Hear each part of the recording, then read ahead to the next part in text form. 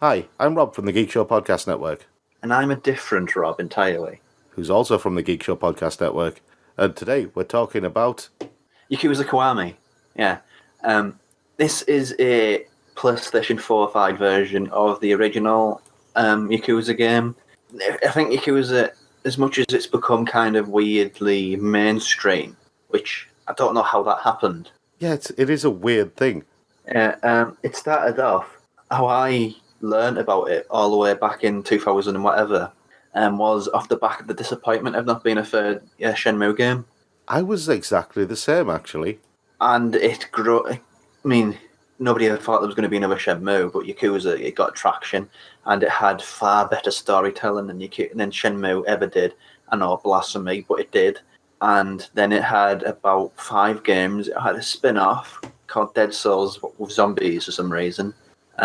It's got it's 5 out of 6 out. It's Japan's quite a bit ahead of us with these anyway, and it's got an origin story in Yakuza 0, which is at the beginning of the year, and now it's got this Yakuza Kiwami, which is it's a remake and everything but the word of the original Yakuza game. And I understand that Kiwami means something like extreme, so it sounds really bad in English. Yakuza Extreme, like it's a sort of mid-1990s skate punk thing, but in Japanese it sounds cool.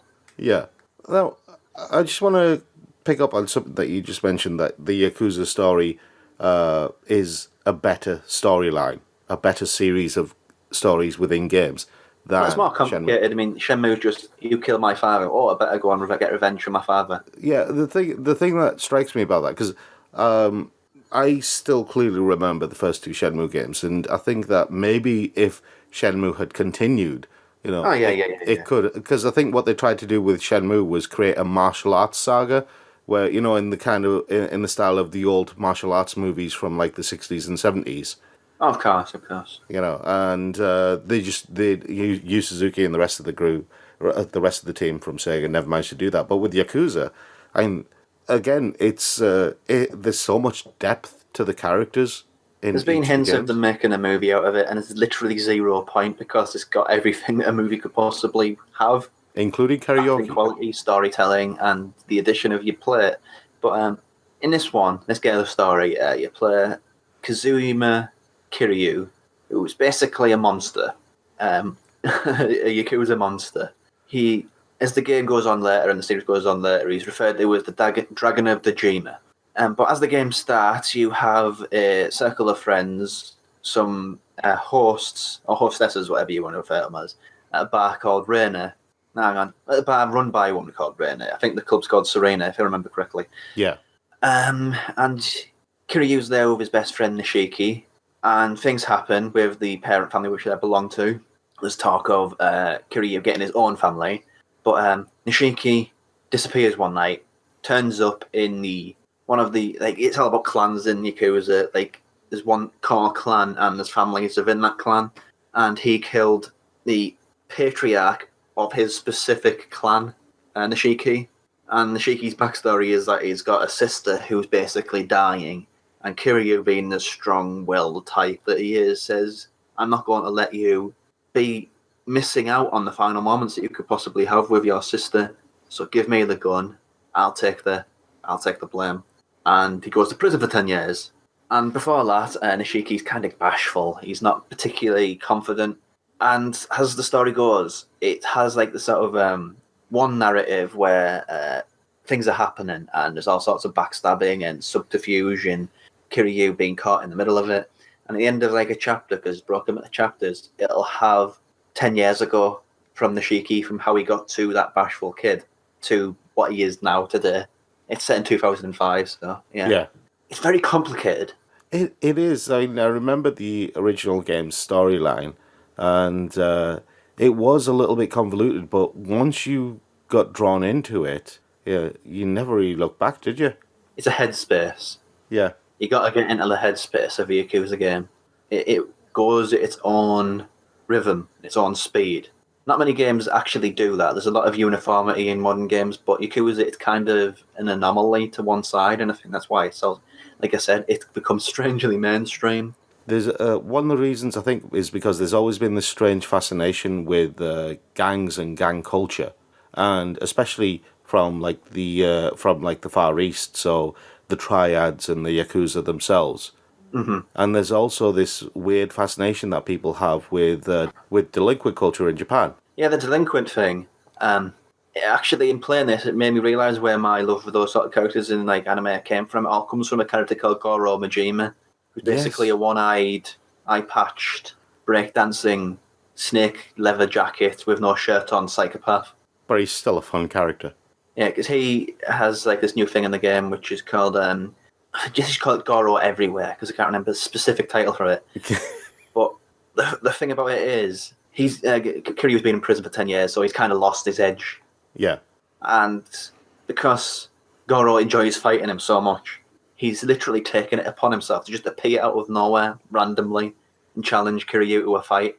And in beating him, you get a new skill because it's like 4 skills trees.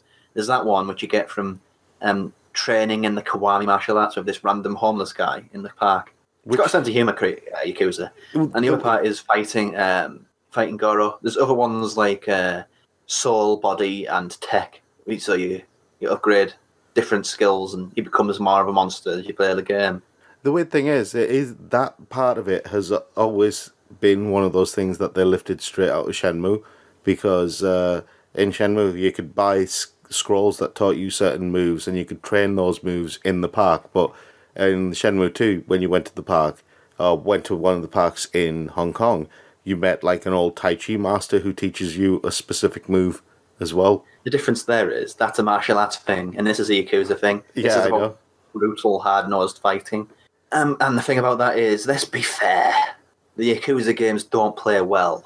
Not really. I mean, this is coming from a person who absolutely loves the Yakuza games, but they kind of play like a crunky PlayStation 2 era game. True, yeah. I mean, are you The talking big about... turning circles and the bad aim and all that sort of stuff. But what saves it is the absolute brutality which you dispatch people. And the I mean, insanity. in Beast Mode, Yeah. in Beast Mode, for example, there's one finisher where Kiryu will pick him up, hold him over his head, and basically smash them off the curb heads first. Ouch. And then, yeah, if that was real, they'd be dead. Yeah. Or you can pick up a bike and like a motorbike, literally a motorbike in Beast Mode as well, and beat them to hell with that. See, you remember in Durarara, you remember the crazy guy who used to pick up bikes? Yeah, and my throw them favourite at character in people? that as well, funnily enough. It It all comes back to Yakuza. Yeah, I always find it funny how people kept going, "Oh, I wonder where this is from." You're like, it's from Yakuza. It's from the Yakuza games. It's clearly from the Yakuza games. Yeah, yeah. But that's not the only thing that people love about it. There's like the brutality of it. It's the mini games. I've got to say, oh my god, the karaoke. Oh my god, the karaoke. I think I might be addicted. My addiction is so much that alongside this video going live, there's also another little gameplay clip we're going to put live, which is basically me being won over by how adorable Yakuza can be. Because there's lots of anime voice actors that have appeared in this over the years. Yeah. One of the characters called Shinji is voiced by the voice actor who plays Gintoki in Gintama. All right. And a little girl called Haruka is voiced by the girl who voices what's her name? The Chinese girl from space in Gintama. Kagura, who voices Kagura. All right. And she does a lot of sort of child. And Yeah, it's there's a Fujimi musical Ria. number. There's a music number with her doing the vocals and Kiryu doing the backing vocals, and it'll be going live on our YouTube channel that you're watching this on, and it's adorable. It's so adorable. See, if they did those in the voices of Gintoki and Kagura, that would just be. I would be playing this game forever. Just the karaoke portions. Yeah. And there's also pool. There's darts. There's the Sega arcade, as always. It's not quite as fleshed out, the arcade, as previous games. Like, I think it was 4 where you could actually literally play the whole entirety of Virtua Fighter. Was 4 the one where he was working as a taxi driver? I think so, yeah. And what else is there? There's a fight club where you can literally like a underground fight club, which is where you get a lot of I think I'm overpowered in the game because of that. And there's lots of sort of like things on the side. There's also side missions. side missions which go as crazy as anything in The Witcher. The Witcher had this mission where you have to basically find an old woman's pan. Yakuza operates on a similar level, and the amount of times you have to beat up somebody who's cross-dressing is alarming. Okay.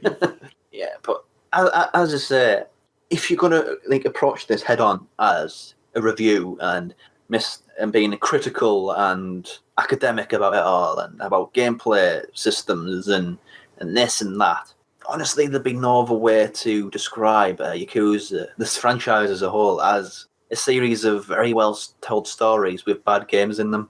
But that's looking at it at the academic level, the reviewer level. But if you're going to look at it from the level which people actually play games on, people don't play games because they are well reviewed. They play games because there's a soul to it.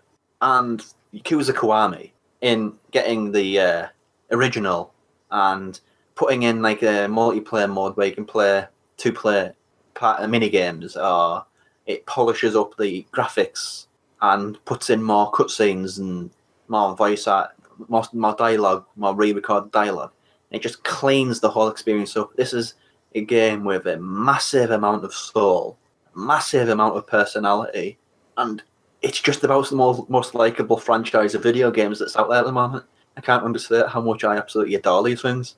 Yeah, just to clarify, it was Yakuza 5 that he was playing the taxi driver, and that also... Right, so Yakuza 6 that's coming out soon, which has Takashi Kitano in. Yeah, but Yakuza 5, because I remember you were playing this before on the PS3.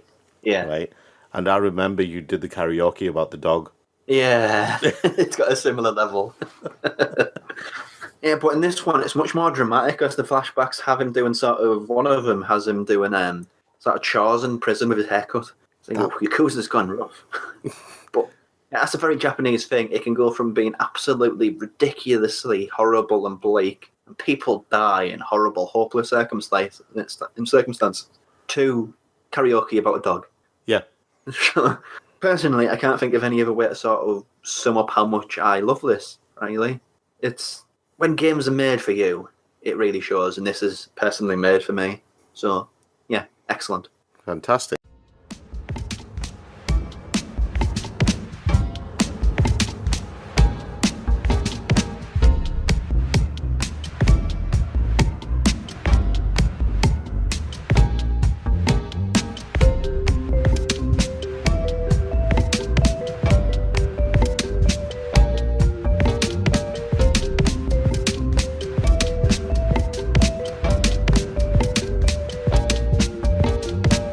And we're going to be doing more of these videos going forward.